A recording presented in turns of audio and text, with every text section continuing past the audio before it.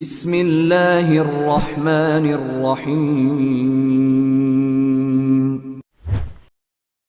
Seorang yang hendak menunaikan ibadah puasa, maka Allah Subhanahu wa ta'ala memberikan pesan kepadanya, juga kepada setiap muslim beriman yang hendak berpuasa, agar tidak main-main dan menganggap ringan kesempatan Ramadan yang Allah berikan pada hidupnya, karena belum tentu nikmat itu akan diterima oleh setiap hamba, atau mungkin bisa berulang di kesempatan yang berikutnya. Tidak setiap orang bisa mendapatkan nikmat Ramadan, dan tidak setiap yang telah mendapatinya akan mengulangi di masa yang akan datang. Karena itu para sahabat Nabi SAW, begitu selesai kemudian mendapati Ramadan, maka banyak di antara mereka bahkan di penghujung Ramadan itu mengalirkan air matanya.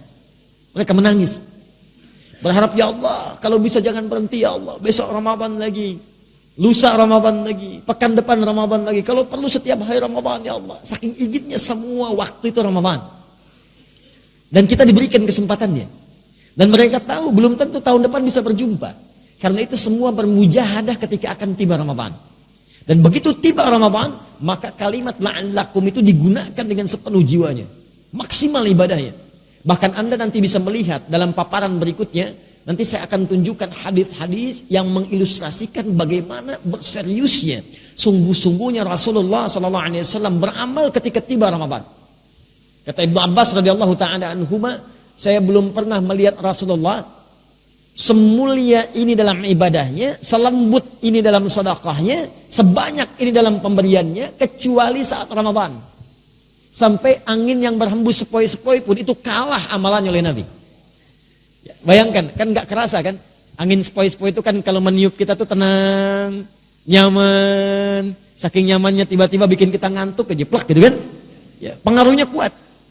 Nah itu lembutnya angin yang sepoi-sepoi itu kalah oleh lembutnya Nabi saat beraktivitas di bulan Ramadan. Lembut menghadapi orang-orang yang butuh, cepat beliau semampunya kemudian beliau berikan.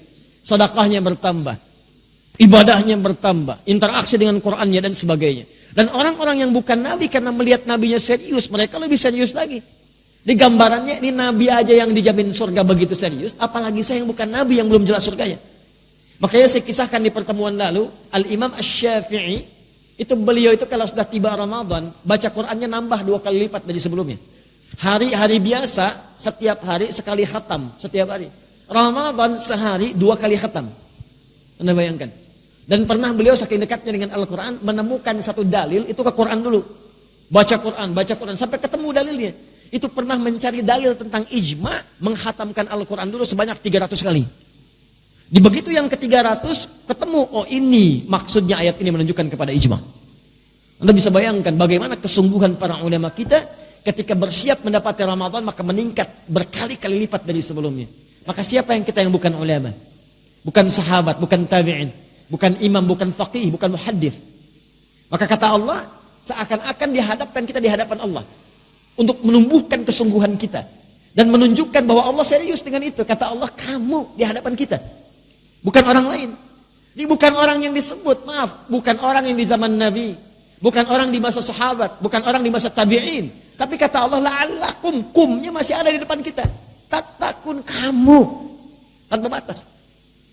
Kata Allah, kamu mesti serius ya, karena saya pengen kamu bertakwa. Kamu mesti berubah, kamu mesti jadi hamba yang taat. Mesti ada perbedaan ketika kamu lahir dengan kamu pulang. Saya ingin tingkatkan takwa kamu. Kalau Anda hafal Quran, demi Allah saya katakan, begitu disebut takwa, itu bisa berlinang air mata Anda.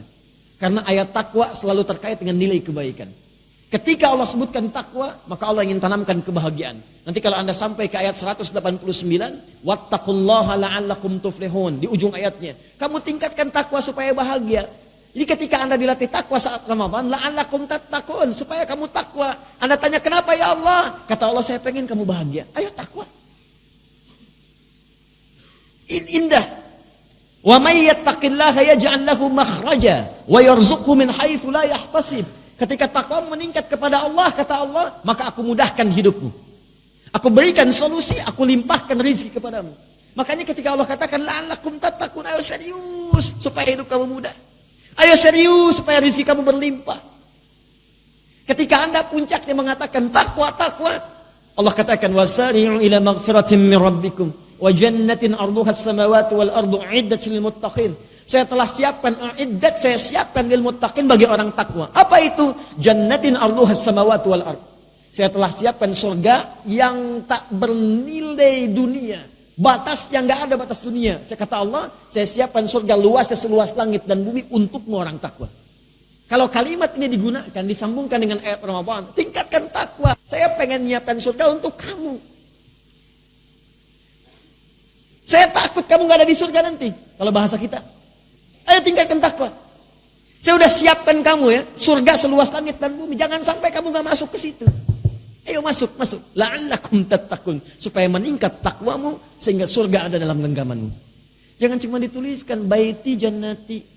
Rumahku surgaku, rumahnya ke surga, entenya enggak. Kan repot gitu.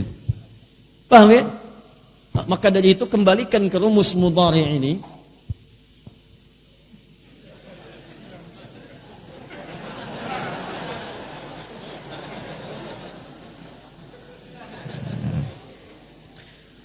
Ya begitulah keimanan kadang-kadang. Sudah kuat, kadang-kadang bisa turun. Kata Nabi, al-imanu yazid wa yantaqis. Iman itu naik turun, kuat dan terhapus, Ya, pelan-pelan.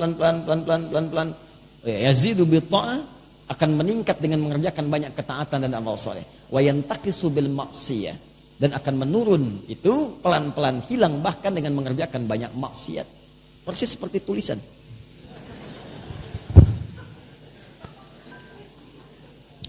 Anita di sini kalau saya nggak salah, ya, ta. Dan saya tambahkan un di sini. Kemudian tak bertemu dengan un berarti kalian ke sini. Zakallah khair. Memang betul. Ya, terima kasih, semoga Allah berikan kemuliaan dan pahala. Baik. Tadi bercanda ya. Ini memang saya pengen dihapus daerah ini, dan masya Allah baru saya minta pengen dihapus sudah terhapus. Semoga Allah berikan pahala insya Allah. Lihat sini, daerah ini yang ingin saya jelaskan untuk turunkan kepada kita semua. Tattaqun, kalau sudah menggunakan ta plus un, maka berubah maknanya dari sekedar kamu menjadi kalian. Fokus. Kalau sudah seperti ini, tambah ta dengan un, maka tadi saya katakan kerjakan olehmu, dimulai saat ibadah itu diperintahkan, lanjutkan sampai ke akhirnya. Makanya saya sering katakan mudhari yang saya teruskan di awal, mudhari ini sering diterjemahkan dalam bahasa Inggris dengan 3 kalimat. Bisa present, continuous, and future. Lihat baik-baik. Present, continuous, future. Jadi orang takwa itu, kata Allah, lihat baik-baik, yang berhasil menunaikan ibadah puasanya bukan sekedar meningkat takwanya, salatnya, infaknya, Al-Qur'annya, bukan sekedar di Ramadan. Bukan cuma di awal Ramadan, tapi present, sejak puasa itu dimulai, awal pertama Ramadan. Ya, tahun ini jatuh pada tanggal berapa? 1 Ramadan, ya. Jadi begitu 1 Ramadan muncul, entah mau tanggal 5 Mei, mau tanggal 6 Mei, pokoknya 1 Ramadan. Ya. Begitu 1 Ramadan dimulai, malamnya kemudian mulai, tunaikan tarawihnya, maka dia sudah siap dengan kurikulumnya. Malam ini saya akan tarawih di tempat A. Siapkan, bahkan 30 hari sudah dia siap tuh, kalau sampai ke 30 hari. Malam ini di masjid A, malam ini masjid B. Sunnahnya baca Quran nanti saya akan capai sehari misalnya 10 juz. Bagi oleh dia, subuh baca sekian, zuhur baca sekian, asar baca sekian. Begitu tiba malamnya, maka dimulailah present ibadahnya. Orang takwa sudah siap.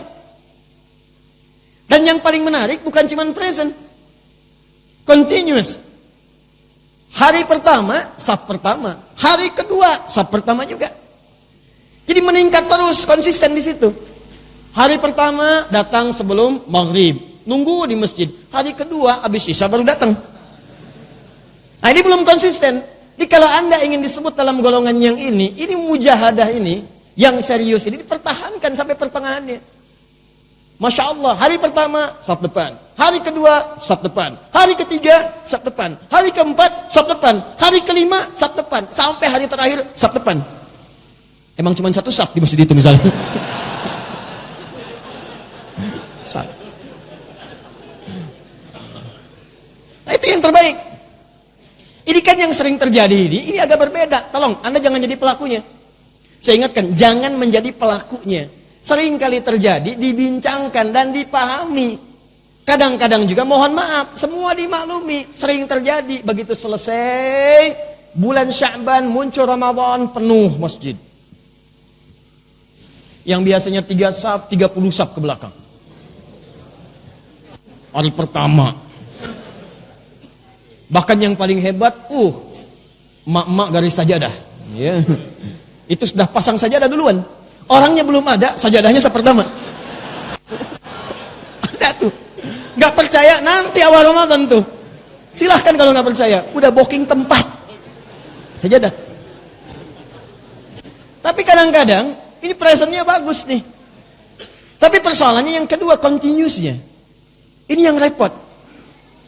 Hari kedua masih agak konsisten.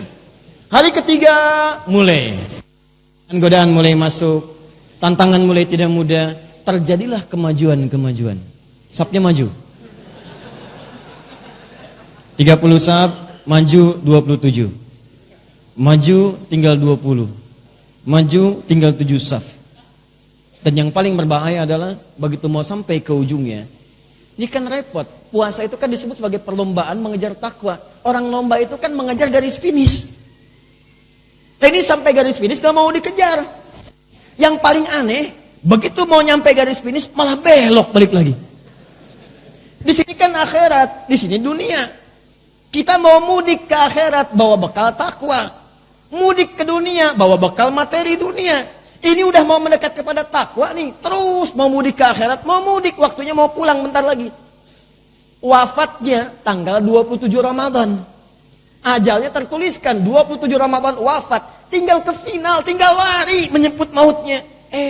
Tanggal 19 sudah nyiapkan tiket kereta. Dikalahkan oleh mudik, dia nggak sadar ketika dia akan pulang itu ditetapkanlah tanggal 27 Ramadan dia pulang. Tinggalnya di Bekasi. Pulang misalnya ke Tegal. Siapkan. Beli kereta. Bahkan yang dahsyat, sebelum masuk Ramadan, tiket udah habis. Ini agak aneh nih, saya tuh agak bingung sekali ya. Allah nyebarin tiket surga di bulan Ramadan, yang dibeli tiket dunia. Kan tiket surga itu disebar saat Ramadan. Pahala digandakan, dosa diampuni, setan diikat. Pintu surga dibuka, semua dibentangkan, iman ditumbuhkan, dikuatkan dalam jiwa, semua orang kemudian tergerak untuk ibadah. Udah dikasih tiket surga disebar, ini malah masih milih dunia. Berapa banyak tiket surga ditebar laku kemudian disiapkan oleh setiap muslim. Bandingkan dengan tiket dunia, belum masuk sekarang aja, mahal tiket. Dibikin mahal, masih habis juga. Anda bayangkan, Ramadan dikasih murah, gak ada yang ngambil. Ini persoalan dia. Begitu diambil tiketnya tanggal 27 saya akan pulang ke Tegal. Siapkan bekalnya. Ditinggalkan i'tikafnya. Hilang bacaan Al-Qur'annya. Begitu berangkat tanggal 27, wah siap-siap. Tiket siap, masuk periksa, bawa bekal banyak, ada dus kanan, dus kiri, dituliskan di atas dus sayang aku pulang gitu kan. Masya Allah. Begitu masuk ke kereta berhadapan dengan banyak orang di sana. Tempat duduk, eksekutif, Masya Allah, begitu masuk perjalanan dimulai, stopan pertama, bertemu dengan malaikat maut. Pulang, tertuliskan 27, kamu mesti pulang. Tidak sedikit ada yang wafat di jalanan. Tidak sedikit ada yang mengatakan dia tabrakan. Tidak sedikit ada yang mengatakan dia kecelakaan. Tapi, hal yang tidak bisa dibantah, dia pulang menghadap kepada Allah Subhanahu wa Ta'ala. Setiap kita pasti akan pulang. Karena itu ketika masuk bulan Ramadan, walaupun Anda memiliki misalnya agenda untuk kembali, untuk pulang, ingin Idul Fitri di tempat Anda, di tempat ibu Anda, di tempat kakek Anda, ini tidak dilarang, boleh. Tapi jangan sampai semua itu mengurangi kesungguhan Anda dalam menunaikan ibadah.